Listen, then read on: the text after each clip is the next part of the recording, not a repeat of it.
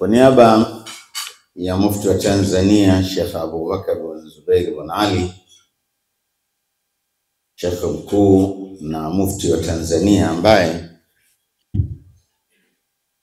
kaniagiza nimwakilishe hapa, mmelenga dua inayosoma wakati wa kufuturu huwa hairudi chini, inapokelewa. Mkurugenzi, niseme jambo moja ambalo limenifurahisha kipindi kama hiki, huwa ni kipindi cha sisi kualikwa kushiriki iftari nyingi na watu wengine, na kutualika kwenu nyinyi mnakusudia Mungu awe nanyi.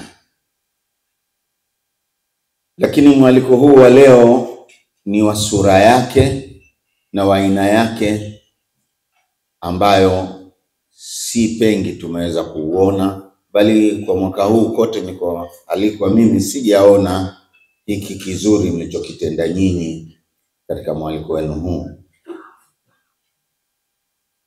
Mwaliko hata kama umeshawahi kujadiliwa katika mitandao, kimwalika tajiri mwenzako sio kama hujakufuturisha, utakuwa umemfuturisha, si binadamu. Lakini pale utakapomwalika tajiri halafu ukamwalika na mtu ambaye huna nasaba naye hata katika mizunguko yako ya kila siku, huna utakapoweza kukutana naye, ukamwalika yatima yupi anaye mwenye akaunti, mwenye kuweka hela yeye mwenyewe benki, yeye mwenyewe kachukuliwa analelewa, ukamwalika mtu wa chini, nyinyi mmepatia sana na mmelenga mahali ambapo Mungu anapopataka. Utapata malipo ya thawabu za funga yake bila yeye mwenyewe kupungukiwa, lakini umepeleka mahali ambapo panajenga urafiki na udugu baina yenu, lakini sio pale alipotaja Mungu ya maskini wa chini udongoni. Ni heshima kubwa sana kwangu mimi binafsi, lakini na kwa benki yetu ya TCB kusimama mbele yenu leo kutoa shukrani zangu za dhati kwa kuitikia mwaliko huu kushiriki nasi katika tukio hili muhimu la kufuturisha katika mwezi huu mtukufu wa Ramadhani. TCB tunaamini kuwa benki sio tu taasisi ya kifedha, bali ni mshirika wa maendeleo ya jamii. Tumekuwa mstari wa mbele katika kusaidia miradi yenye matokeo chanya kwa jamii, tukigusa sekta mbalimbali ikiwemo sekta ya afya, elimu na ustawi wa jamii, ikiwa ni pamoja na kusaidia taasisi za kidini katika miradi mbalimbali ikiwemo kutoa vifaa vya ujenzi vya nyumba ya ibada sehemu mbalimbali, lakini pia kutoa misaada kwa taasisi za elimu kwa kuchangia uboreshaji wa majengo ya shule na vifaa kama madawati ikiwemo shule ya msingi Nandagala iliyopo Ruangwa mkoa wa Lindi na shule ya msingi Mlimani iliyopo mkoani Mbeya, lakini pia kusaidia hospitali na vituo vya afya kwa kuchangia vifaa vya ujenzi wa zahanati kwa mfano Rubala, Bwiru mkoani Mwanza, pamoja na taasisi ya tiba ya mifupa yani MOI. Pia kusaidia makundi yenye uhitaji wakiwemo yatima na familia zenye mazingira magumu.